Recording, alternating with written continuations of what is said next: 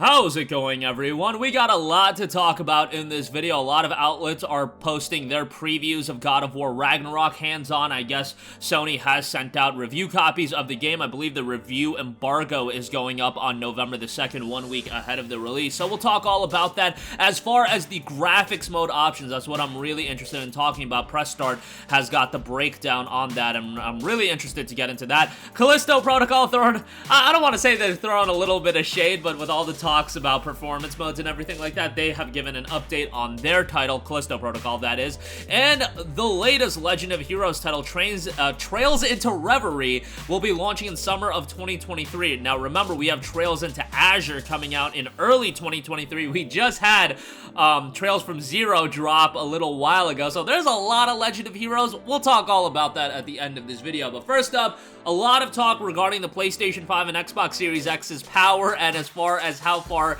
can we take performance. In the case of God of War Ragnarok, it is a cross-generation title, and on PlayStation 5, there are going to be a plethora of different graphics mode, not just resolution and performance. Rather, there's 4 tiers of performance options, which I really like to see. So let's break it down again. Credit to Press Start for these. There's favor resolution, which is 4K and 30 frames per second. That is 30 FPS locked. Then there's favor performance, that is 60 frames per second locked. And then there's favor resolution, a high frame rate on, that's 4K 40 FPS locked. HDMI 2.1 is required. And then there is favor performance high frame rate on, that is targeting 120 frames per second. HDMI 2.1 required on that as well. So however you want to play the game, remember with the favor performance, you are also going to need a 144Hz display for that one. Favor resolution, 4K 40 FPS, I see a lot of people gravitating towards that. Personally speaking, I'm about that 60 FPS these days. 40 FPS is cool and all, but 60 FPS is where it's at for me. I've been seeing a lot of discourse in the comments section, not only on my videos, because this is a topic I've been talking about a lot, but also on social media in general, where it's the 30 FPS versus 60 FPS guys going back and forth. Like, this was a thing that would happen when you were talking about, you know, PC versus consoles. One of the big drawing factors of PCs were that you could run game at 60 frames per second, and a lot of PC-only people would say that's one of the best elements of PC gaming. If you have the rig and the hardware to run a game at 60 FPS, it's so much better than 30 FPS.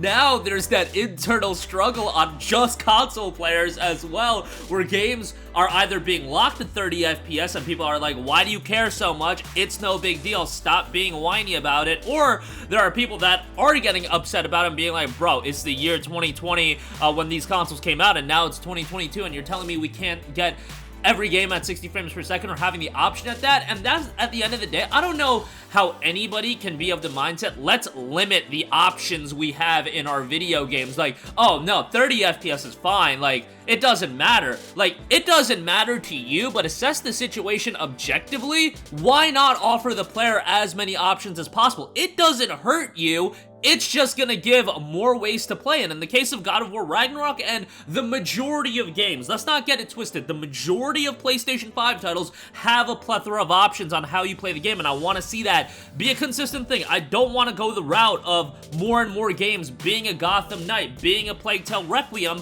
where, you know, we can't get 60 frames per second locked or anything like that.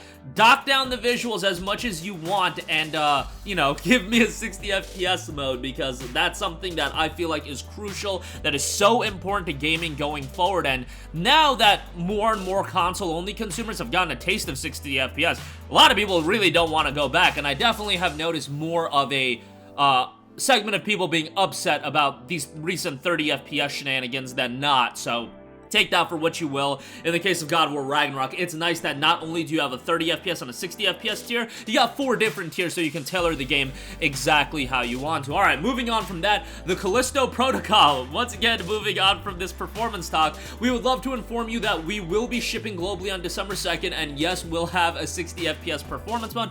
Again, in the case of Callisto Protocol and God of War Ragnarok, these are cross-gen games. In the case of Gotham Knights as well as Plague Tale Requiem, those were next-gen exclusive titles. So I am more curious to see more and more next-gen only games come out and see how those perform in terms of, are they all gonna have performance modes? More often than not, you know, your Ratchet and Clanks of the world, those have had performance modes and everything like that, and Ratchet and Clank actually did a really good job of looking like a great game and also offering a variety of different visual options.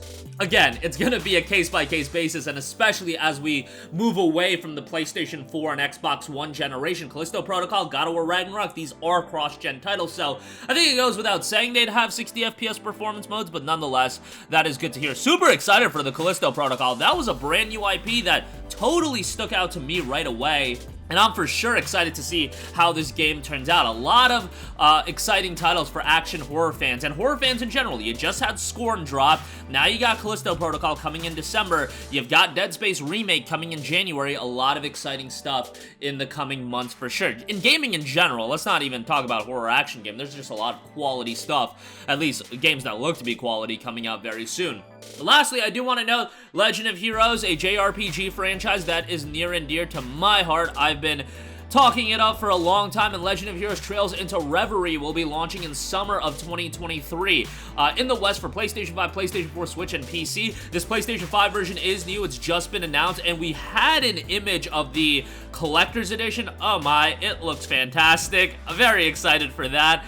They've had to take me for everything I'm worth with that collector's edition, but just so you guys know, from a narrative standpoint, do not be playing this game before you complete the existing games. This is set as a conclusion to the Crossbell as well as the Cold Steel arc. So you've got the first Crossbell game, Trails from Zero, out right now. You've got Trails from Azure coming out in early 2023, and then Trails into Reverie coming in summer of 2023. That will take, those two games are the Crossbell arc. Trails from Zero and Trails from Azure encompass the Crossbell arc, and then you want to play through the 4 Cold Steel games, and then you want to cap it off with Trails into Revelry. Ideally, you would want to play the Trails from the Sky trilogy as well, but that's a little bit more difficult to... that's not accessible as the other titles that are just going to be available on PlayStation. If you have a PC, I mean, you can literally run those games with a toaster, so, like, you can play those games no problem if you do have, you know, at least somewhat of a competent PC, or if you have a PSP, you can do some shenanigans and get those games on there as well. There's ways to access those games. It's just not as accessible as, you know, popping up the PlayStation Store, going into your store and buying those games. Nonetheless, it's nice to see Legend of Heroes get consistent game after game. These games are super long though. I'm still working my way through Trails from Zero. I'm about 15 hours in at this point, and yeah, I got a long ways to go. I know, the game is super, super long. It's just there's so much stuff coming out that game is being juggled with a bunch of other games, but I took a break from it for like a week. Now I jumped back into it yesterday, and we're starting to make more progress on that. And then you've got a billion other games coming out. It's just chaos as far as everything's concerned, but it's just nice to see Legend of Heroes get more shine over here in the States. Am I ever gonna see it being something at the level of a Final Fantasy, or even, you know, a Star Ocean or something like that? Probably not, but it's a high-quality JRPG franchise. It's a massive undertaking from a narrative standpoint if you're trying to follow along with everything. These games are lengthy, there's a ton of games, and apparently we're only at the halfway mark as far as the games in Japan go, so we got a long way to go. But they are a grandiose, long-term story, and it's turned out pretty well. So I know some people weren't as high on some of the latter Cold Steel games, but nonetheless, it's nice to see these games get consistent releases. And that's gonna do it for me. Again, God of War Ragnarok's graphics mode options have been revealed. 4 different tiers. That's really cool to see. Callisto Protocol getting a performance mode as well, and Legend of Heroes Trails into Reverie launches in summer of 2023 for PS5, PS4, Switch, and PC. That's gonna do it for me. Sound off with all of your thoughts in the comment section down below. Thank you for watching, and goodbye. Hey guys, we hope you enjoyed the video, and if you did, make sure to hit the subscribe button, and if you're already subscribed, do us a favor and hit the bell icon. This way you'll be notified whenever we post a new video. That's the best way to keep up with all of our uploads, and we usually try to upload 2 videos a day. And with the bell icon hit, you'll be notified whenever we do upload a video. As always, thanks for watching.